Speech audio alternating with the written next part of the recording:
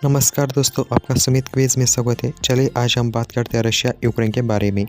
टली नहीं है महाजंग, यूक्रेन के पास रूस ने उल्टे बढ़ा दी सेना। नए सैटेलाइट्स तस्वीरें में हुआ खुलासा। रूस और यूक्रेन के बीच जंग भी अभी टली नहीं। रूस भले ही सैनिक की वापसी का दावा कर रहा है, लेकिन सैटेलाइट की तस्वीरों से पता चलता है कि यूक्रेन सीमा पर अभी भी रूसी सैनिकों की भारी मौजूदगी है।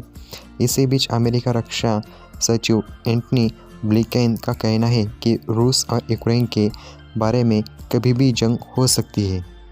रूस और यूक्रेन के बीच जारी विवाद थमने का नाम नहीं ले रहा। रूस ने दावा किया है कि यूक्रेन लगातार युद्ध के लिए उकसा रहा है। हाल ही में यूक्रेन ने सीज़फायर का उल्लंघन भी किया है। रूस ने दावा किया है कि यूक्रेन ने मोर्टार्स, शेल्स और ग्रेनेड्स दागे हैं। अब इसी से रूस भी भड़क गया है और इसे समझौते का उल्लंघन बताया है। ये ऐसे समय पर हो रहा है जब अमेरिका लगातार रूस पर दबाव बना हुए है। इंटरनेशनल न्यूज़ एजेंसी AFP के मुताबिक यूक्रेन के नेता ने कहा, ऐसे संकेत नहीं देख रहे हैं कि रूस ने सेना की टुकड़ियों को सीमा से वापस बुला दिया है। बॉर्डर पर थोड़ा बदलाव जरूर देखा गया है। मुझे लगता है कि अब इस बदलाव को बिल्कुल ये नहीं कह सकते कि सीमा से सेना के टुकड़ियों को हटा लिया है। अमेरिका ने रूस को दी चेतावनी। दूसरी तरफ अमेरिका भी इस पर लगातार निगाह बना हुआ है। अमेरिका की तरफ से दावा किया गया था, यूक्रेन बॉर्डर पर अमेरिका से ज़्यादा सैन्य ताकत कर रहा है। करीब 7,000 सेना की टुकड़ियों को रूस ने बॉर्डर पर तैनात किया है। रूस ने झूठा दावा किया था कि सीमा से उसकी सेनाएं वापस लौट चुकी है। कभी भी हो सकता है हमला, अमेरिका का कहना है।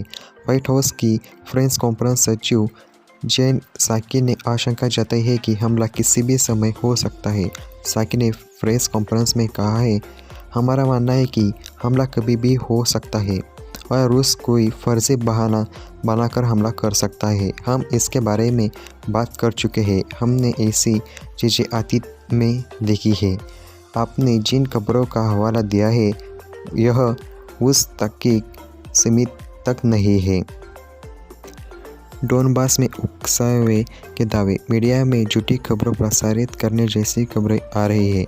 मुझे लगता है कि आपको अपनी आंखें खुली रखनी चाहिए, क्योंकि रूस फर्जी वीडियो, रासायनिक हथियारों के प्रयोग या सैनिक पर हमले की झूठी बात कर रहा है और कभी भी हमला कर सकता है।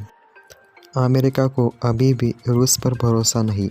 हाल ही में रूस ने ऐलान किया है कि क्रीमिया में उसके सैन्य अभ्यास खत्म हो गया है और अब रूस की सेना वहां से वापस लौट रही है। इससे पहले रूस ने सैनिकों के पहले जत्थे के वापस का ऐलान किया था। उधर अमेरिका के राष्ट्रपति जो बाइडेन ने यह कह चुके हैं कि यूक्रेन पर रूस के आक्रमण की आशंका अब बनी हुई है और अमेरिका के हमले का निर्णायक जवाब देने के लिए तैयार है।